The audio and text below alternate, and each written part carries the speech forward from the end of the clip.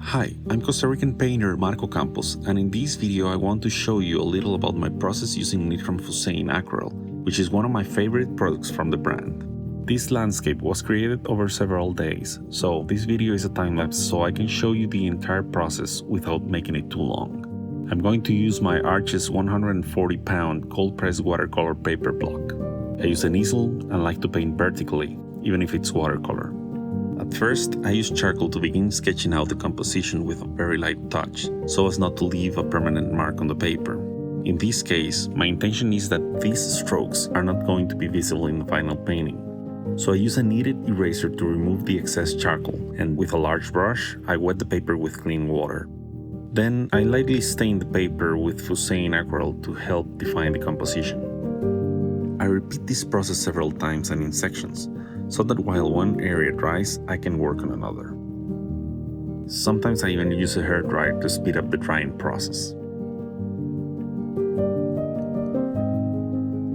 Keep in mind that although aquarelle can be easily erased, getting back to the white of the paper is almost impossible. So at first I try to work very carefully in the areas that will be light when the painting is finished, like the sky. Even so, I'm not too worried if there's dripping in areas I know will be dark, as these won't be visible when the work is finished. Constantly, right after applying the product, I use a dry brush and paper towels to lift the pigment and create the highlights of the clouds, while the paper is still wet.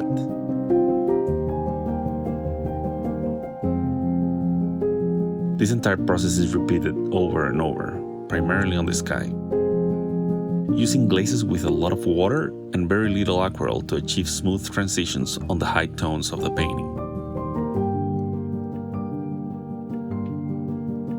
Since Fusain Aquarelle is slow staining and can be lifted, each time you brush over it with clean water, it picks up a small amount of the product, no matter how light the stroke.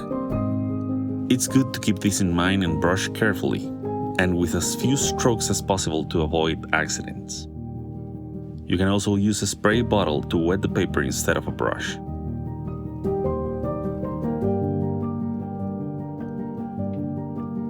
The sky is the most delicate part of the painting, so I try to work it very carefully.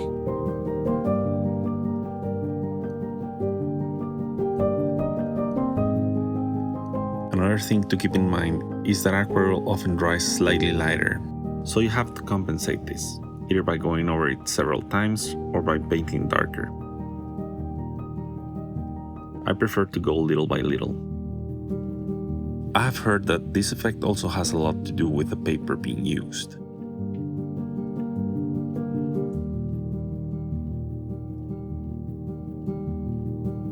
I start darkening the lower part of the painting so I can check if the tonal values of the sky are correct. And having that light part at the bottom makes it difficult to visualize this. Even so, I'm not yet setting the dark tones to 100%. As with other artistic techniques, I'm constantly walking back to view the work from a distance. This helps me check the composition and how the painting is perceived as a whole. This part of the process is not seen in the video due to the speed of the time-lapse and editing, but I do it whenever I can. Maybe every 5 minutes or less. Sometimes even after just a few strokes. I'm adding the darkest parts of the sky, which is almost finished.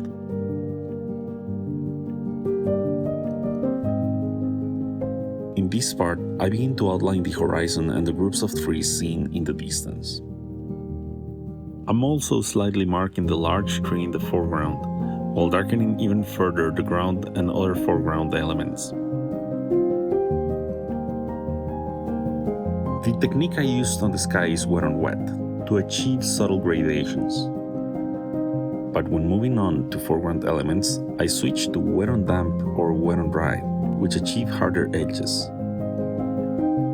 Edges are very important in a painting, so I'm constantly switching between these techniques according to the needs of each area of the painting. With a slightly damp brush, you can clean up the edges of a stroke immediately after it's been applied, as I'm doing on the horizon and distant trees right now. This technique is used to create soft edges, but with a little more control.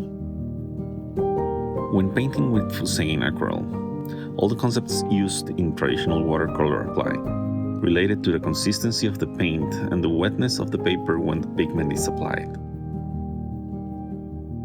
Since these foreground areas are considerably darker, I can paint freely with loose strokes, as I still have to build tonal values in layers later on top of them. To achieve atmospheric perspective, it's extremely important that distant areas be very subtle, so that the painting doesn't lose its realism. Since I haven't fully drawn the foreground elements yet, I decided to brush just with water to soften the gradient of the sky in this area. At this point, the entire composition of the painting is completely defined. This is good because it allows me to paint more confidently without much fear of making mistakes. It's time to start applying significantly more pigment, always trying to maintain control and keep the tonal value in the higher tones light enough. As you can see, although I'm no longer wetting the paper as much before applying the strokes, I'm still alternating areas. This helps the areas dry, and it also helps me advance the tonal values of the entire painting at the same time for better visualization. Every time I create a new gradient, as you can see from time to time, mostly in the grass area, I first apply clean water, either with a spray bottle or with a brush, which helps soften the first part of the gradient. Due to gravity, the pigment will flow downward and keep the paper wet, allowing me to continue adding pigment. This is one of the reasons why I like to work vertically with watercolor. Right now, the area I'm working most carefully on is where the trees meet the sky. A mistake here can ruin all the work I've done previously, as it can be very difficult to lift the pigment to full white, as I mentioned earlier in the video. Still, this is one great thing about working landscapes. Unlike the human figure, which requires a great deal of precision to achieve correct proportions and likeness, the landscape can have some differences from the reference that simply won't be noticeable. Of course, I'm only mentioning this because it applies in this case. Personally, I love working the human figure, and Nitram Fusains Aquarelle is also a perfect medium for this. If you're interested in this topic, I invite you to check out my other Nitram videos where I work figures using Fusain Aquarelle, in case you haven't seen them yet.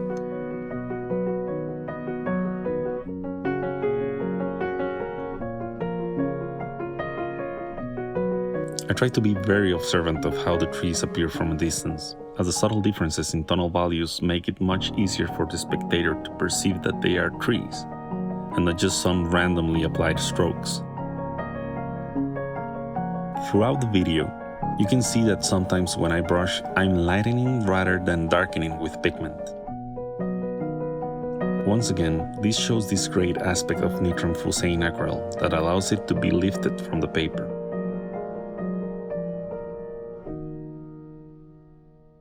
In this sense, it works very similarly to drawing with charcoal, graphite, or even oil painting, which allows you to add both low and high tones to your work.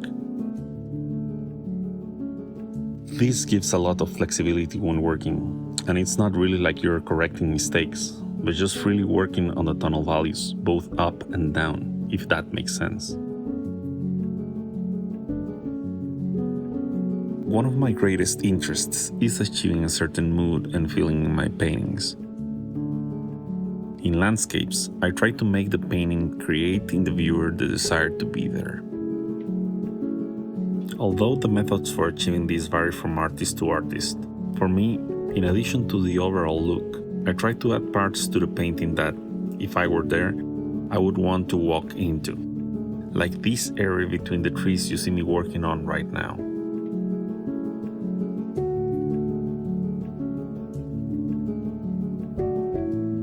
I have also noticed that while high and low tones are extremely important in a painting, much of this mood I'm talking about is achieved in the midtones, which, if worked well, can be very interesting.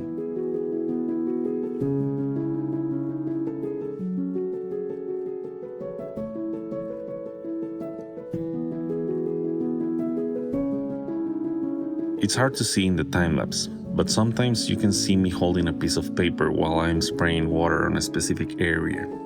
This is to protect other areas that I don't want to get wet at the moment. And speaking of midtones, at this point I realized that the shade of the distant grass is still too light, so I glazed the entire area again to darken it.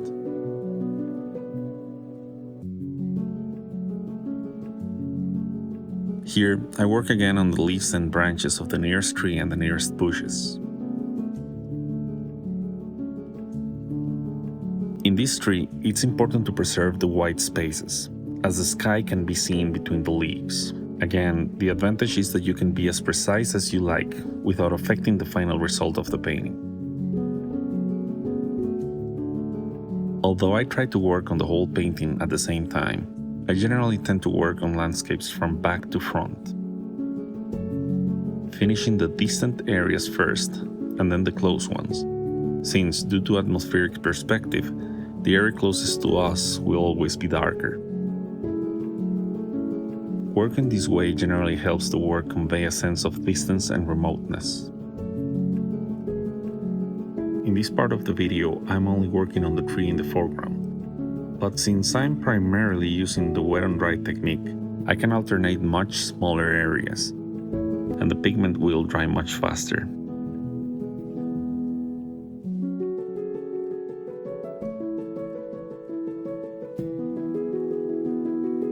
Now I return to the trees in the middle, working even more on lowering their tonal values, paying close attention to making them look realistic, especially at a distance from the artwork.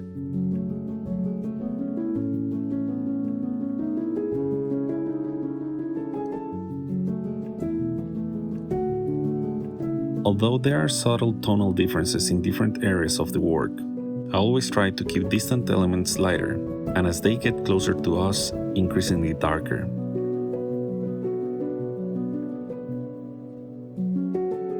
I often even allow myself to emphasize this effect much more than the reference shows.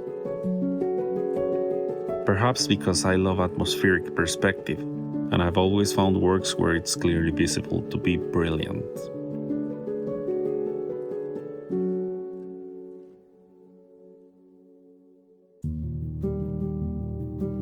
You'll sometimes see me alternate between two brushes.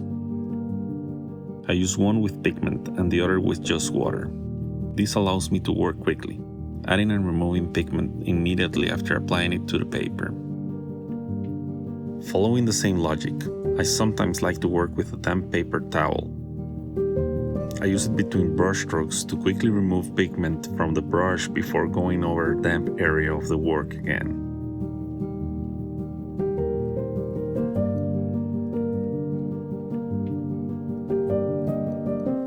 I try to fully understand what's happening in each part I paint. One tree isn't necessarily going to be lighter than another because it's in the front or in the back, since there are different species of trees, and also because the light can fall on one area and not another, creating a different contrast between them. I've always been fascinated by the subtle tonal differences found in grass and also in the earth. I also place great emphasis on ensuring that these tonal differences contribute to the realistic three-dimensional effect of the work.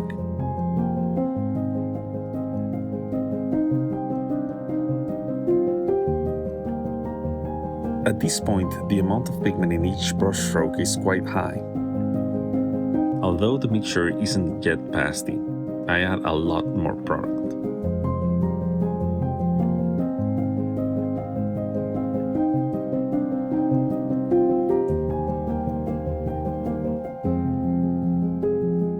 In the work of this foreground tree, the fact that some areas are lighter than others helps create a halo effect where the more distant branches can be seen.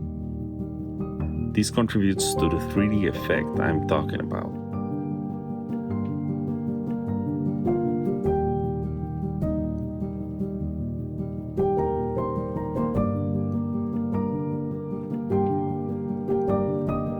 Another important thing I do when working on the tree is to paint it from the outside in.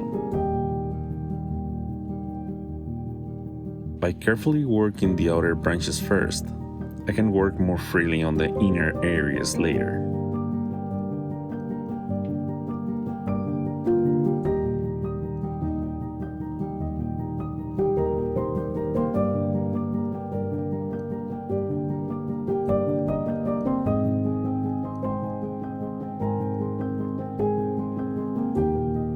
At this point, the painting is quite advanced and appears to be close to completion.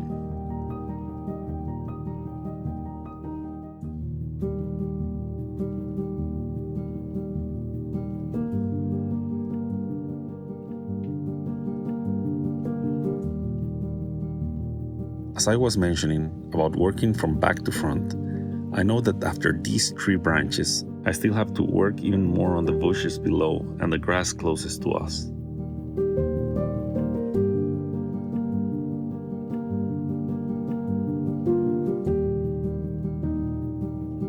It's recommended to apply several layers of pigment to the darkest areas to achieve maximum darkness.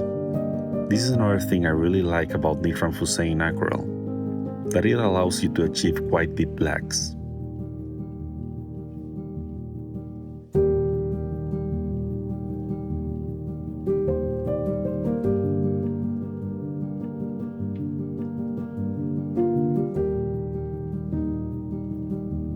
Little by little, I add different tonal nuances to the areas of grass closest to me.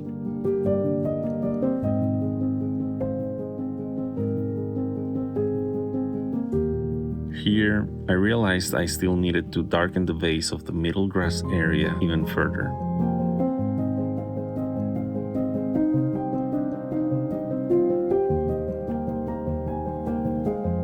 I start adding the final touches to the different tones of the trees, as well as the grass, mainly to give it a bit more realism.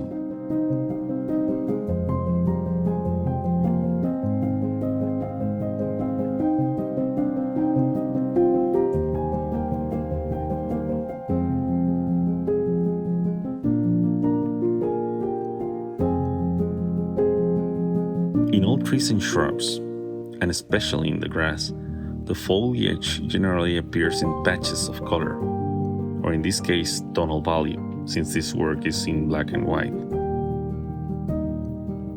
Right now I have exactly that goal in mind, to make these patches visible both in the distant grass and in the grass closer to us. I also add a bit of tonal diversity to these nearby bushes.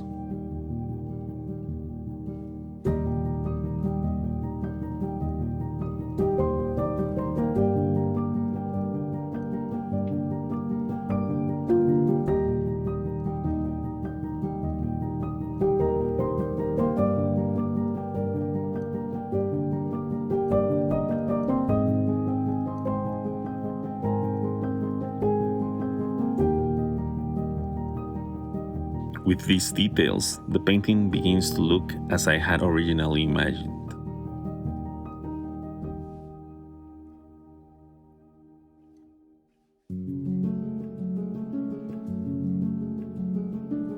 When working in this area immediately in front of us, I switched to a larger brush because I like to give my brushstrokes a slightly looser finish, always working with the same principles I mentioned. I finish with some additional dark details on the grass and these bushes, and add a small area in front of the bushes that I hadn't worked on yet, which connects them to the grass in the middle.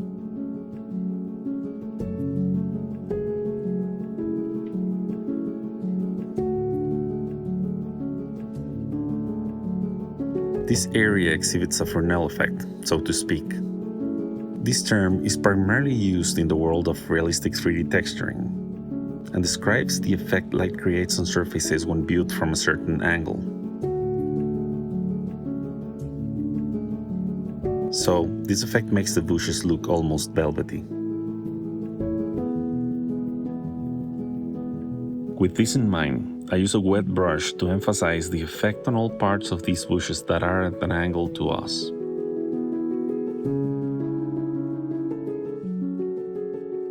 Now, all that remains is to put the finishing touches on the painting and sign it.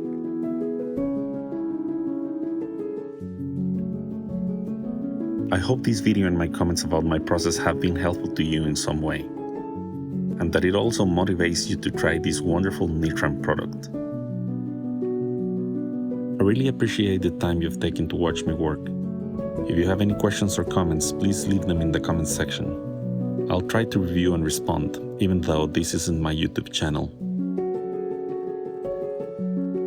If you like my work, you can also follow me on Instagram as marco.campos.artist, or see my other work on my website marcocamposfineart.com. Thanks again, and see you later.